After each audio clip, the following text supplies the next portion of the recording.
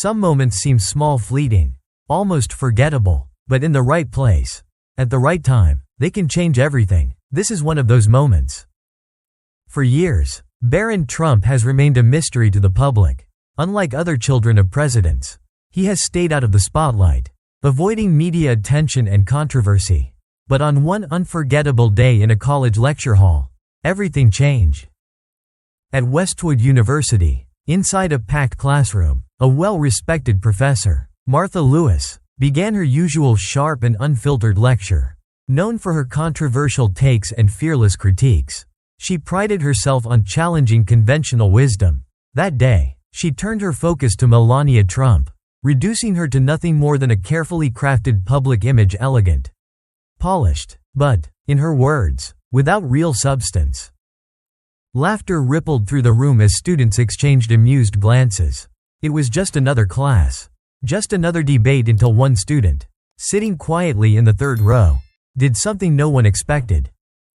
For years, Barron Trump had lived in the shadows, not out of fear, but by choice. He refused to be defined by a last name that carried weight beyond his control. He had always chosen silence. But in that moment, as his mother was reduced to a joke, something inside him shifted. A choice presented itself: stay in the shadows, or step into the light. And when he spoke, the weight of his words shattered the air, turning silence into something far more powerful: conviction. No one could have predicted what happened next. A single moment, a single sentence, and suddenly, a national conversation was born. What did Barron say that left a seasoned professor speechless? And why did his words go viral, sparking debates across the country? To understand this moment, let's go back to where it all began. Westwood University, an institution that prided itself on prestige, on excellence, on pushing the brightest minds to question everything. Deep in the heart of Massachusetts, in Lecture Hall 204, students gathered as they did every day. Laptops hummed, notebooks rustled, quiet conversations filled the air. It was just another morning, just another class, until it wasn't, until something happened that no textbook could have prepared them for. The room itself was unremarkable: rows of seats ascending toward the back, a large whiteboard at the front, and the soft hum of students chatting before class began. The air carried the usual mix of anticipation and exhaustion that came with early morning lectures. No one in that room had any idea that they were about to witness something extraordinary. Among the students filing in was Daniel Barron, or at least, that's what his classmates knew him as. He was just another face in the crowd, a quiet presence in the third row. What they didn't know was that he was Barron Trump, the son of a former U.S. president. He had deliberately chosen to keep his identity hidden, wanting to experience life as an ordinary student, free from the weight of expectations, judgments, or privileges tied to his last name. Unlike other students who thrived in classroom debates, Barron never sought the spotlight. He rarely spoke, never drew attention to himself. Instead, he observed, listened, and absorbed everything happening around him. He was intelligent, thoughtful, but above all, he valued silence over spectacle. Until today. In the front row, Jessica Carter, a sharp-minded media studies student, leaned over to her best friend Mark, nudging him playfully. "Here we go again," she whispered, smirking. "Who do you think Professor Lewis is going to tear apart today?" Mark chuckled, adjusting his phone on his desk. He had a habit of recording parts of the lectures not for studying, but for capturing memorable or controversial moments. He had no idea that, in just a few minutes, he would unknowingly document a moment that would go viral across the nation. The seats filled. The clock hit 10 a.m. The door swung open, and in walked Professor Martha Lewis, carrying an air of authority, her sharp eyes scanning the room like a battlefield commander preparing for debate. No one in that room knew it yet, but what was about to unfold in Lecture Hall 204 would soon become one of the most talked about moments in recent history. The door swung open, and in walked Professor Martha Lewis. The air itself seemed to tighten. She didn't just command attention, she demanded it. Without a single word, a seasoned media critic, a woman whose reputation preceded her, razor-sharp intellect, a voice that had dissected world leaders on national panels. And now, today, her target was set. At 50 years old, She was a seasoned academic, a media critic whose sharp analyses often made headlines. With neatly styled short hair, crisp professional attire, and a no-nonsense demeanor, she exuded authority. Her lectures were never just about theory, they were intellectual battlegrounds, where she challenged her students to question everything. She was fearless, unfiltered, and brutally honest. Some admired her candor, while others thought she enjoyed controversy a little too much. With a swift motion, she picked up a marker and turned to the massive whiteboard. In bold, precise letters, she wrote 2 words: perception versus reality. A murmur rippled through the room. Students straightened in their seats, eyes locking onto the board. They had seen this pattern before: a public figure, a deconstruction, a lively debate that left no room for fragile egos.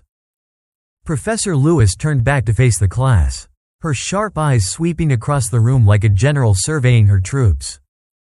"We often believe the images the media presents to us," she began, her voice steady yet laced with an almost theatrical pause. "But have you ever stopped to ask yourself, is it the truth?" A wave of anticipatory silence filled the air. This was why students took her class: to hear her dismantle illusions, to witness the intellectual sparring that always followed. Jessica leaned forward in her seat. Already intrigued, she nudged Mark, smirking. "Who do you think she's going to tear apart today?" she whispered. Mark chuckled, flipping open his phone. He wasn't much for deep debates, but he had learned one thing: Professor Lewis had a way of making things go viral. Whenever her lectures got heated, clips would spread across social media, sometimes controversial, sometimes thought-provoking, but always engaging. Casually, he hit record, thinking nothing of it. He had no idea that in just a few minutes, his video would capture a moment that would shake the entire country. Professor Lewis turned back to the whiteboard, capping her marker with a deliberate snap. She let the silence stretch, a well-practiced technique to build anticipation. Then, with a slight smirk, she turned to the class and spoke. "Let's consider an example. A public figure, always impeccably dressed, always reserved, always admired for their elegance. Society praises them, celebrates their image. But tell me," she paused, eyes scanning the room, "is that real value? Or is it just an illusion?" The room buzzed with curiosity. Then, with a slow and deliberate motion, she turned to the board and wrote a single name: Melania Trump. A ripple of amusement spread through the lecture hall. Some students exchanged knowing glances. A few chuckled under their breath. Jessica leaned in, whispering to Mark, "Oh, this is going to be good." Professor Lewis folded her arms and faced the class again. Her smile was sharp, almost provocative. "Let's talk about Melania Trump," she continued, her tone laced with subtle mockery. "A woman praised by the media for her elegance, her flawless appearance, her mysterious charm. But tell me," she tilted her head, "has she actually contributed anything meaningful to society?" Laughter rippled through the room. A few students nodded in agreement. From the third row, Barron sat perfectly still. He had trained himself to stay composed, to ignore these kinds of comments, but something inside him tightened. Professor Lewis took a few steps forward, raising an eyebrow as if daring someone to challenge her. "We had a first lady," she said, "who launched an anti-bullying campaign ironically, while married to a man infamous for his controversial remarks on social media." A burst of laughter erupted from the back of the room. Mark grinned, still recording. He leaned toward Jessica, whispering, "If there are any Melania fans in here, they're probably fuming right now." Jessica chuckled, resting her chin on her hand. "She's got a point, though," she murmured. "We admire public figures without really questioning what they've done." Professor Lewis turned back to the board and underlined, "Perception versus reality." "We live in a world where image often outweighs substance," she continued, her voice razor sharp. "Melania Trump celebrated for her grace and composure. But is she truly a role model worth honoring?" More murmurs. Some students nodded. A few shifted uncomfortably in their seats. Barron clenched his fists under the desk. His heartbeat pounded in his chest. Not in anger, but in something deeper, a sense of injustice. He had spent years ignoring public scrutiny. He had learned to let people talk, to let them assume whatever they wanted. But this wasn't just another media headline. This was personal. They weren't just discussing a public figure. They were mocking his mother. A woman who had left a small town in Slovenia, traveled to America with nothing, and built a life for herself. A woman who never sought the spotlight, but who had endured relentless scrutiny with grace. Barron exhaled slowly, forcing himself to remain calm. Stay quiet, he told himself. This isn't worth it. But then, Professor Lewis smirked and delivered one final blow. We can celebrate elegance all we want, she said, but tell me, does elegance change society? If we're looking for true symbols of strong women, why not talk about Michelle Obama or Eleanor Roosevelt, women who actually made a difference? The class erupted into laughter again. Jessica smirked, shaking her head. That was brutal.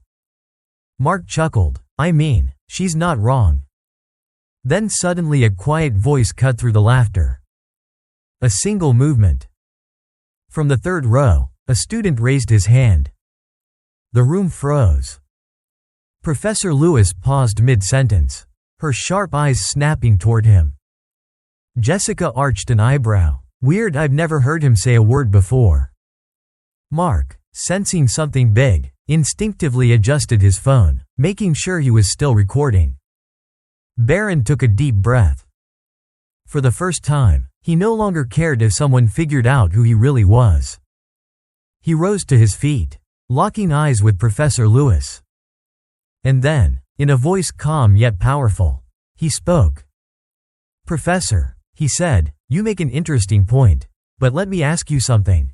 Have you ever actually tried to understand who Melania Trump is? Or are you only seeing her through the image the media has created for you? The entire lecture hall held its breath. The room, which had been buzzing with laughter just moments before, fell into absolute silence. Every head turned, every breath held. Professor Lewis, always composed, always in control, froze for just a second. It wasn't often that students challenged her, especially not someone like Daniel Barron, the quietest student in the room. She narrowed her eyes, studying him. Then tell me, she said, her voice sharp, yet curious, what exactly do you want to say about Melania Trump? Barron inhaled deeply, then stood. His movements were slow, deliberate, not defensive, not aggressive, just calm, certain. He locked eyes with Professor Lewis. His voice, steady and unwavering, cut through the heavy silence like a blade. My mother, he began, was not born into privilege. She wasn't raised in wealth or power. She grew up in a small town in Slovenia, in a country that many people couldn't even find on a map. A few students shifted in their seats, intrigued. She didn't speak English when she first came to America. She had no connections, no name, but she had ambition, and through sheer hard work, she built a career on her own, not because of who she married, but because of what she was willing to do to succeed. Jessica and Mark exchanged a glance. Mark, still recording, gripped his phone tighter. Professor Lewis folded her arms. So, she became a model. That doesn't make her a leader. Barron didn't flinch. You say my mother is just a beautiful image. But tell me, have you ever actually listened to her? Do you know what she's done? Or are you just repeating what the media tells you? A flicker of hesitation passed across Professor Lewis' face. The class was completely silent now, hanging on his every word. My mother never asked for fame. She never chased the spotlight. But that doesn't mean she did nothing. As First Lady, she was mocked, ridiculed. People laughed at her accent, at her fashion, at her very existence. Every move she made was torn apart. Every outfit dissected. Every gesture turned into a headline. Barron's voice didn't waver, but there was something underneath it now: conviction, pride, and a quiet, burning frustration. She launched the Be Best initiative to help children suffering from cyberbullying. She visited hospitals, met with kids who had been harassed, spoke to families broken by online abuse. His eyes swept across the room, pausing on Jessica, who had been skeptical just moments ago. And yet where was the media then? Jessica blinked, suddenly unsure. Where were the headlines? Where were the articles praising her efforts? They weren't there, because the truth didn't fit the narrative they wanted to tell. The weight of his words settled over the room like a thick fog. For the first time, Professor Lewis had no immediate response. The laughter was gone, the smirks had faded. This wasn't just a debate anymore. This was something real. Barron turned back to Professor Lewis. We live in a world where judgment is instant, where headlines tell us who to admire and who to mock. Before we've even asked why, we don't question, we don't listen, we accept the version of the story we're given. But have you ever stopped to ask, who controls that story? And more importantly, who gets erased in the process? His gaze was sharp, unyielding. Professor, you've spent this entire lecture telling us how easily the media manipulates perception. But have you ever considered that maybe even you have been manipulated into believing only what they wanted you to see? A stunned hush. Jessica exhaled slowly, sitting back in her seat. She wasn't sure what she believed anymore. Mark swallowed, his grip tightening on his phone. He had just recorded something that people were going to remember.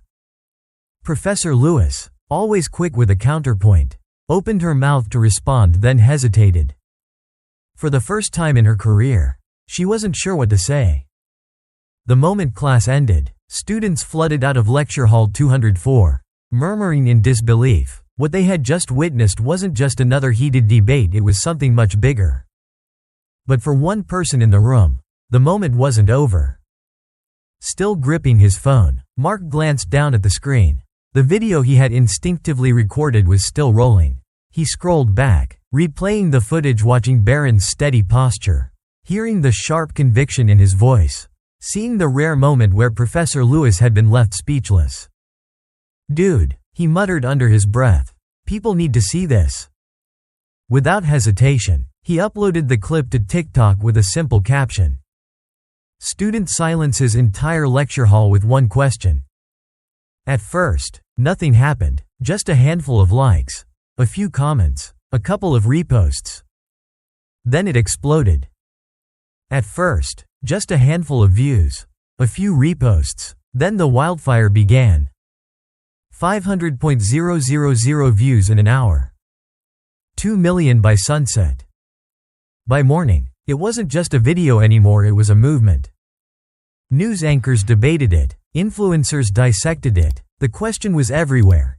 Had a college student just exposed one of the biggest biases in modern media? Headlines flooded social media. Revolving light, student challenges professor in viral moment leaves her speechless. Fire, Barron Trump finally speaks out, and what he said is shocking everyone. Collision? A lesson in bias? College professor faces unexpected reckoning. The internet was on fire. On Twitter, YouTube, and Instagram, the debate raged. Supporters praised Barron's courage. Speaking head, finally, someone actually standing up and pushing back against bias. Speech balloon, he didn't just defend his mother. He exposed how easily we let the media shape our perceptions. Hands clapping, respect. He could have stayed silent, but he chose to speak the truth. But there were critics, too. Crossmark. This is just a publicity stunt. Warning, Melania Trump is still just an image, nothing has changed. Man shrugging, so what? One moment in a classroom doesn't undo years of public perception. Even Professor Lewis became a subject of scrutiny.